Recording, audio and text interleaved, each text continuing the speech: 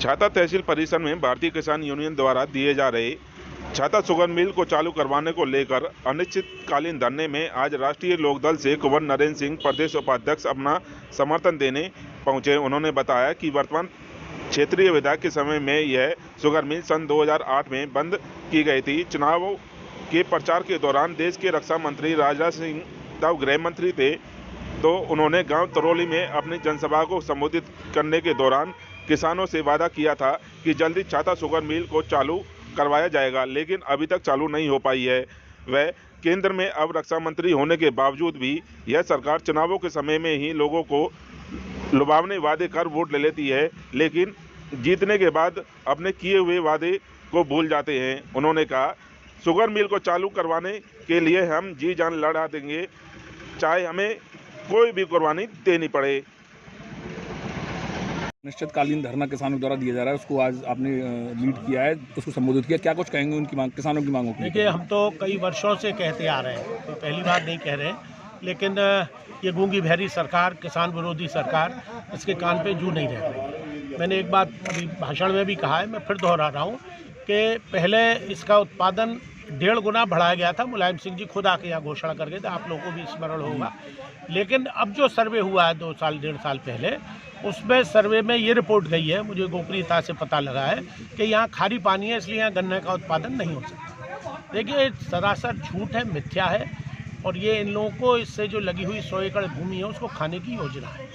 पिछली सरकार बहुजन समाज पार्टी की सरकार जो थी मायावती जी की, उनका एक मित्र था पोंटी चड्डा, हालांकि खुदा ने उन्हें उठा लिया, लेकिन उनकी नीयत यही थी कि इन मिलों को खरीदें और इससे लगी हुई जो कीमती ज़मीनें हैं उनको बेचें, उनमें कॉलोनाइजेशन करें या मोटे पैसों में बेच दें। कैसी मिलें हैं, कई मिलें हैं जिनको मैं जानता हूँ, जिनमें उन्होंने करोड़ों अरबों रुपया कमाया है। तो वही काम इनका था। जबकि सरकार चल रही थी, यहाँ के क्षेत्रीय विधायक जो अब हैं मंत्री हैं, वो उस वक्त भी विधायक थे और मंत्री थे। मंत्री काल में ये मिल बंद हुई है, इससे बड़ा दुर्भाग्य हो नहीं सकता।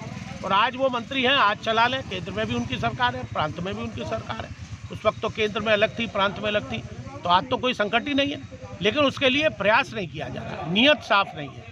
नीयत जब तक साफ नहीं होगी तब तक ये नहीं होगा। तो इसलिए हमारी ये संघर्ष समिति को पूरा समर्थन है, राष्ट्रीय लोकदल की तरफ से भी समर्थन है।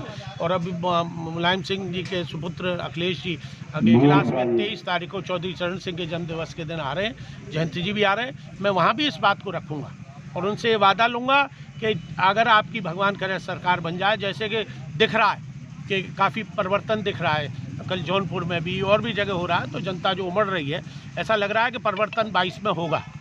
तो मैं उनसे ये वादा लूँगा अखिलेश जी से कि अगर आप बनेंगे तो पहली कलम छाता शुगर की मिल पे चलेगी, आप उसका अनुदान सबसे पहले देंगे और मिल को चालू करने की, जैसे आपके पिताजी ने 1.5 गुना उसकी कैपेसिटी बढ़ाई थी, 1.5 लाख कुंटल गेहूँ की पिराई का ज़्यादा बढ़ाया था, वही काम आप करेंगे। ये हमारा और लोकदल का और समाजवादी उत्तर प्रदेश में विधानसभा चुनाव सर पर हैं और पिछले चुनावों में खुद स्वयं राजनाथ सिंह जी, संजीव बालियान, खुद योगी आदित्यनाथ शुगर मिल को चालू कराने का आश्वासन दे करके गए थे।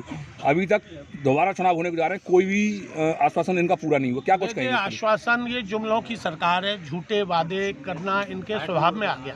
इनको ये महसूस नहीं होता कि हम झूठ बोल रहे हैं, लेकिन बोल जाते हैं। अब यहाँ पे कई लोग संघर्ष समिति में बैठे हैं, यहाँ शंकर सिंह जी हैं दद्दीगढ़ी के, ये कई बार बेचारे राजनाथ सिंह जी पे हुए। राजनाथ सिंह स्वयं आके यहाँ पर तरौली में उनने घोषणा की, चौमा में उनने घोषणा की, राल में उनने घोषणा की कि मैं चला दूंगा, और जाते हैं तो हाँ इससे बात कर लो, उससे बात कर लो, सिवाय टालने के और बहकाने के और झूठ बोलने के अलावा उन पर कोई काम नहीं। कल अजय मिश्र टेनी जो कि गृह राज्य मंत्री हैं, उन्होंने पत्रकारों के साथ में अभद्रता की है, गाली गलौज की, धक्का मुक्की भी, क्या कुछ कहेंगे इसको लेकर के? बड़ा दुर्भाग्यपूर्ण है, और इतने उच्च पद पे होकर, राज्य मंत्री केंद्र के होकर अश्लील भाषा का प्रयोग करें, धक्का मुक्की करें। मीडिया का काम है पूछना, चौथा स्तंभ है मीडिया हमारे समाज का, तो उससे अभद्र भाषा का प्रयोग, मेरे को तो उनको प्रधानमंत्री ने बुलाया, लेकिन मुझे तो हमें तो ये उम्मीद थी कल रात को उनसे त्यागपत्र ले लिया जाएगा, लेकिन ये सरकार तो ऐसी है, आपको ध्यान होगा वो सेंगर साहब बलात्कार में फंसे हुए थे, 1.5-2 साल घूमते रहे, बचाते रहे ये लोग हैं। तो ऐसी सरकार है, ये तो बलात्कारियों को, भूमाफियों को, कतलियों को बचा रही है।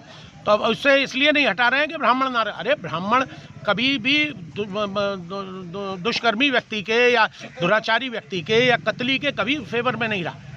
वो कह रहे हैं कि ब्राह्मण नाराज हो जाएगा, हम इससे हटा दिया तो। अरे ब्राह्मण और भी तो हैं भाई आपके पास, ब्राह्मणों की वजह से तो ये आपकी सरकार ही चल रही है। जय श्री राम आप ब्राह्मणों की वजह से तो कर ही रहे हो। अब मथुरा पे वज्रपात और शुरू होने वाला, शांतिपूर्वक यहाँ पे काम चल रहा है, प्रेम से हिंदू मुस्लिम रह रहे हैं, मंदिर का कोई इशू नहीं है। पहले समझौता हो चुका है मुसलमानों के संगठन में और हिंदुओं के संगठन में, डीएम की मौजूदगी में। 1946 में हुआ, 1953 में हुआ, 1962-63 में हुआ कि 3 समझौते हो गए। मस्जिद अलग बनी है, मंदिर अलग बना है। भगवान कृष्ण का जन्म जहाँ हुआ वो जन्म स्थली वहाँ मौजूद है। कटरा केशव में जो प्राचीन मंदिर है वो तो जन्मभूमि से भी प्राचीन है जी। तो ऐसे उस पर एक नया सगुफा छोड़कर मथुरा की शांति को भंग करना चाहते हैं, ये बड़ा दुर्भाग्यपूर्ण है। हम इसके बिल्कुल विरोध में हैं। मथुरा शांतिपूर्वक स्थल है, यहाँ पर कोई किसी तरह का भेदभाव नहीं है। हिंदू भी प्रेम से रह रहा है, मुसलमान भी प्रेम से रह रहा है। इसलिए ये तो इस तरह की भावना पैदा करके एक उन्माद पैदा करना चाहते हैं।